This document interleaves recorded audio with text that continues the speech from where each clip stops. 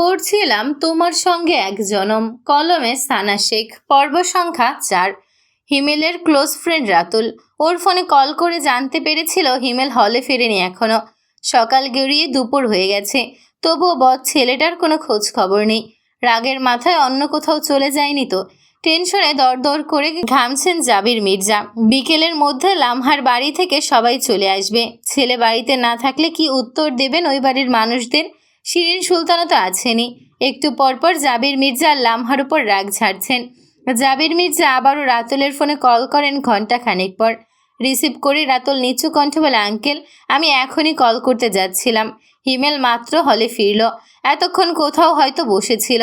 বজ্জাতটা কোথায় এখন? রুমের ভেতরে। আমি করিডোরে দাঁড়িয়ে আছি, ফোন নিয়ে ওর কাছে দাও একটু। জি আঙ্কেল, দিচ্ছি। রুমের ভেতর এসে ফোন হিমেলের দিকে এগিয়ে দিয়ে বলে, আঙ্কেল কল করেছেন, তোর সঙ্গে কথা বলবেন। হিমেল চাপা রাগী স্বরে বলে, বলবো না আমি কথা। কি হয়েছে, বলবি না কেন? হিমেল দাঁতে দাঁত চেপে বলে, বলবো না। জাবির মির্জা ওপাশ থেকে বলেন, রাতুল ফোনটা স্পিকারে দাও। রাতুল ফোন স্পিকারে দেয়। জাবির মির্জা ছেলেকে উদ্দেশ্য করে বলেন, হিমেল তুই আসবি কিনা বল। আসবো না। কোনোদিনও আসবি না। হিমেল চুপ করে থাকে। জাবির মির্জা বলেন, দ্রুত আয়, লামহার বাবার বাড়ি থেকে সবাই রওনা দেবে এখন। যাব না আমি। আসবি না? না। আসবি না? না। ঠিক আছে থাক, আমি মরে গেলেও তুই আসবি না এই বাড়িতে। আমার খাটিয়া কাঁধে নিবি না, কবরে এক মুঠো মাটিও দিবি না।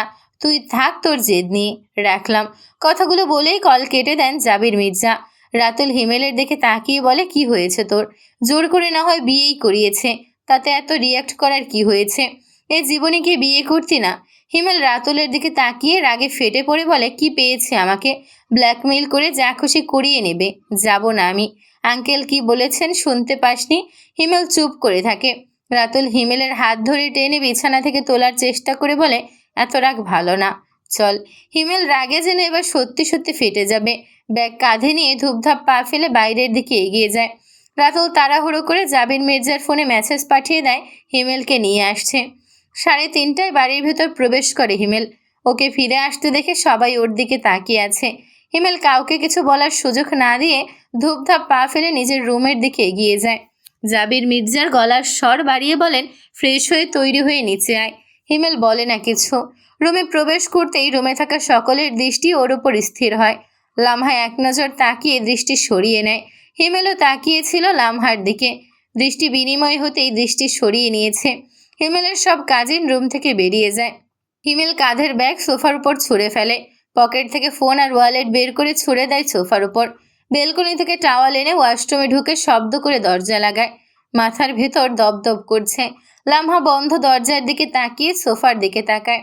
বয়স 16 হলেও ভালো মন্দ বোঝার ক্ষমতা 16 আনাই হয়েছে। হিমেলের এমন আচরণের কারণ ওর কাছে স্পষ্টই।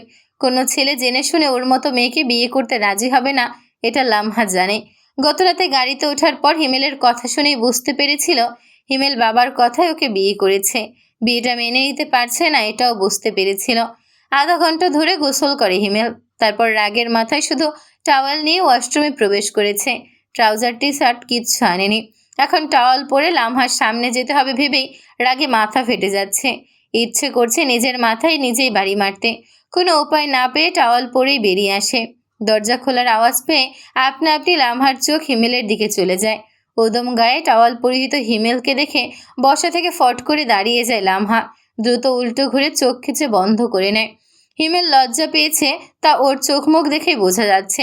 দ্রুত আলমারি থেকে ট্রাউজার টি শার্ট বের করে নিয়ে আবার ওয়াশরুমে ঢুকে যায়। ইচ্ছে করছে দেয়ালের সঙ্গে মাথা বাড়ি মারতে।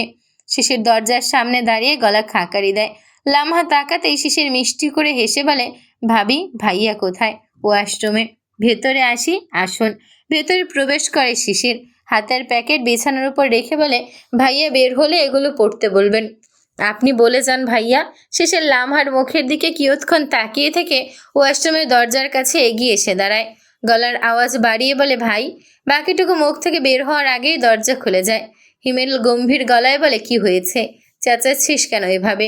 শিশির বিছানার উপর থাকা শপিং ব্যাগ দেখিয়ে বলে, এগুলো পরে তৈরি হয়ে নিচে যেতে বলেছে আব্বু। হিমেল বিছানার দিকে তাকিয়ে লামহার দিকে তাকায় একবার। কোনো কথা না বলে ড্রেসিং টেবিলের সামনে এসে দাঁড়ায়। শিশির বিছানার কাছে এগিয়ে এসে ব্যাগটা হাতে নিয়ে বড় ভাইয়ের হাতে ধরিয়ে দিয়ে রুম থেকে বেরিয়ে যায়। হিমেল শিশিরের যাওয়ার পথের দিকে তাকিয়ে ব্যাগটা ড্রেসিং টেবিলের উপর রাখে। খিদে পেয়েছে ভীষণ। লামহাদের বাড়ি থেকে খেয়ে আসার পর আর খায়নি এখনো। এলোমেলো চুলগুলো পরিপাটি করে রুম থেকে বেরিয়ে যায়।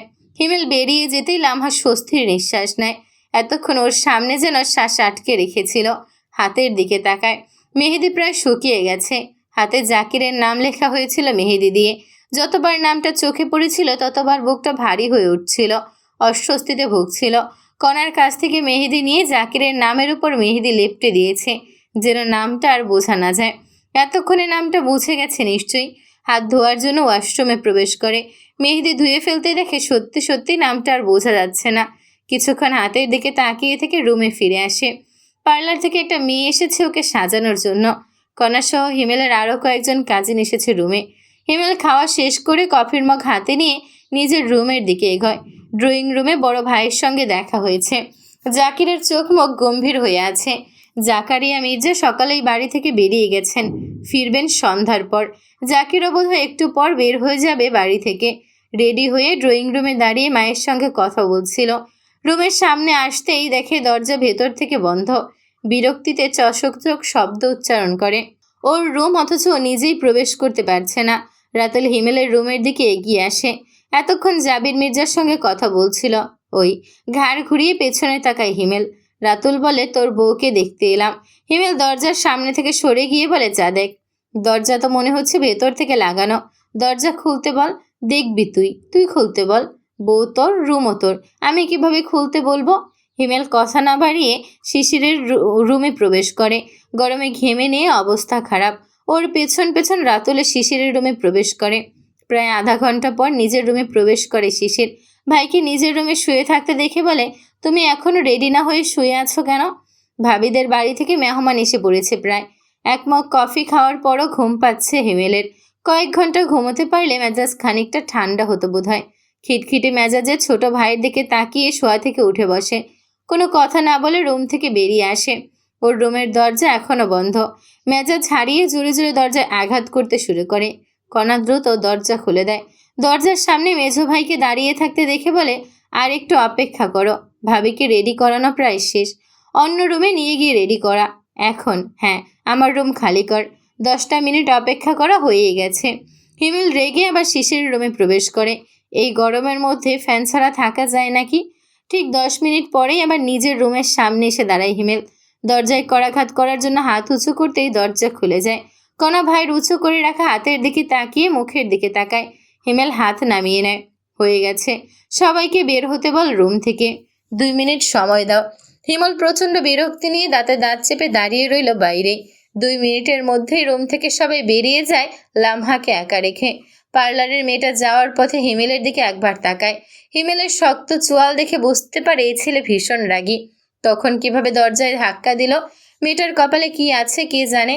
হিমেল রুমে প্রবেশ করে। রুমে প্রবেশ করতেই নজর পড়ে লামহার উপর। মেরুন রঙের লেহেঙ্গা পরনে, ভারী মেকআপ।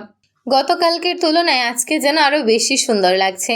সুন্দর লাগলেই কি, সুন্দর ধুয়ে ধুয়ে কি ও পানি খাবে নাকি? লামহার দিক থেকে দৃষ্টি সরিয়ে নিয়ে সোফার কাছে এগিয়ে আসে। ফোন হাতে নিয়ে অন করে। তখন রাগের মাথায় বন্ধ করে রেখেছিল। চার্জ নেই বেশি। চার্জে লাগিয়ে ড্রেসিং টেবিলের উপর রাখা শপিং ব্যাগটা নিয়ে ওয়াশরুমে প্রবেশ করে। ড্রেস চেঞ্জ করে কোট প্যান্ট পরে ওয়াশরুম থেকে বেরিয়ে আসে। ড্রেসিং টেবিলের সামনে দাঁড়াতেই ফোনটা বেজে ওঠে। সেদিকে নজর না দিয়ে চুলে জেল দিয়ে সেট করতে শুরু করে। এর মধ্যে আরও কয়েকবার কল বেজে কেটে গেছে। আবার বেজে উঠতে বিরক্ত হয়ে ফোনের কাছে এগিয়ে আসে। অপরিচিত বিদেশি নাম্বার দেখে কিছুক্ষণ তাকিয়ে থাকে ফোনের দিকে। রিসিভ করার আগেই আবার কেটে যায়। আবার রিং বাজতেই রিসিভ করে কানে ধরে ফোন। গম্ভীর স্বরে বলে, হ্যালো। লামহা আছে। হিমেল চার্জারের কেবল খুলে লামহার দিকে ফোন এগিয়ে দিয়ে গম্ভীর গলায় বলে, তোমার ফোন। লামহা হিমেলের মুখের দিকে তাকায়। তড়িৎ গতিতে দ্রুত দৃষ্টি নামিয়ে হাতে থাকা ফোনের দিকে তাকায়। ভাবে ওর বাবা মা কল করেছে। হিমেলের হাত থেকে ফোন নিয়ে নাম্বারের দিকে না তাকিয়ে কানে ধরে মৃদুস্বরে বলে, হ্যালো, কেমন আছো ডার্লিং? আমি না থাকার সুযোগে বিয়ে করে নিলে? পুরুষালী গলার এসব কথা শুনে দ্রুত কান থেকে ফোন সরিয়ে নেয় লামহা। স্ক্রিনে তাকিয়ে দেখে বিদেশি নাম্বার। গলার স্বর কেমন পরিচিত পরিচিত লাগছে। ওই শয়তানটা, হ্যাঁ, ওই এটা, ওই শয়তানের গলার স্বরই এমন। ওই শয়তান ছেলে হিমেলের নাম্বার কোথায় পেল? লামহার হাত পা মৃদু কাঁপতে শুরু করে। ভয়ে ভয়ে ফোন কানে ধরে কম্পিত স্বরে বলে, কে? ভুলে গেলে ডার্লিং, এই নাম্বার কোথায় পেয়েছেন? নাম্বার কোথায় পেয়েছি সেটা বড় কথা না, বড় কথা হলো তোর বাপ ভাই আর তোর জামাই সবগুলো মরবে খুব শীঘ্রই। লামহা কল কেটে দেয়। হিমেল ড্রেসিং টেবিলের সামনে দাঁড়িয়ে লামহার দিকে তাকিয়েছিল এতক্ষণ। লামহা ওর দিকে তাকাতেই হিমেল দৃষ্টি সরিয়ে নেয়। লামহার হাত থরথর করে কাঁপতে শুরু করেছে। কম্পিত হাতে দ্রুত নাম্বারটা ব্লক করে ডিলিট করে দেয়। হিমেল আবার লামহার দিকে তাকায়। কে এই ছেলে? এই ছেলের সঙ্গে কথা বলে লামহার মধ্যে এত পরিবর্তন কেন আসলো? এত ভয় পাচ্ছে কেন? আবার ফোন বেজে ওঠে। ফোনের স্ক্রিনে তাকিয়ে দেখে বিদেশি নাম্বার। লামহা বুঝতে পারে ওই শয়তানটাই আবার কল করেছে। কল কেটে দিয়ে এই নাম্বারটাও ব্লক করে ডিলিট করে দেয়। হাত থেকে ফোন রেখে দেয় পাশে। এক হাত দিয়ে আরেক হাত ঘষতে শুরু করে। দুই হাত অস্বাভাবিকভাবে কাঁপতে শুরু করেছে। হিমেল এগিয়ে এসে ফোন হাতে নেয়। চার্জে লাগাতে লাগাতে কল লিস্ট চেক করে। নাম্বার গায়েব দেখে লামহার দিকে তাকিয়ে বলে, মাত্র যে কল এসেছিল সেই নাম্বার কই? চমকে উঠে হিমেলের দিকে তাকায় লামহা। নম্বর ডিলিট করেছো কেন? লামহা মুখ নামিয়ে নেয়। হাত দুটো আগের চেয়েও বেশি কাঁপতে শুরু করেছে। হিমেল ওর দিকে তাকিয়ে আছে উত্তরের আশায়।